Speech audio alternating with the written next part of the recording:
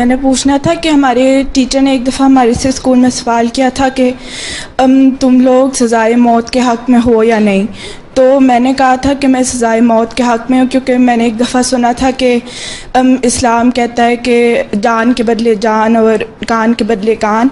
तो हमारा टीचर फिर ये कह रहा था कि इस्लाम बहुत ज़ालिम मज़हब है। तो मैंने पूछना था कि इस्लाम ही ऐसे क्यों है, और हम अपने टीचरों को क्या जवाब दें। सवाल ये है कि तौरात क्या कहती है।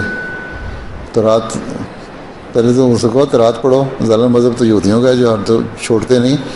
कुरान करीम तो ये कहता है कि बदले में है, लेकिन अगर तुम दियत दे देते हो, उसके रिश्तेदार माफ़ कर देते हैं तो कुछ पैसे दे के, दियत दे के, कुछ माल दे के उसको बख्शा भी जा सकता है।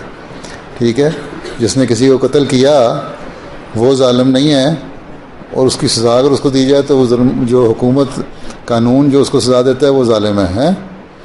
हालांकि कानून को फिर इस्लाम ये भी कहता है कि अगर तुम्हारे इसके रिश्तेदार तुम्हें उसके माफ़ कर देते हैं, उसको बग़ैर लिए भी कुछ माफ़ कर सकते हैं, और उसके ले के भी कुछ उसके कंपनसेट करने के लिए कुछ जुर्माना डाल के उसको दियत कहते हैं उसको माफ़ कर सकते हैं।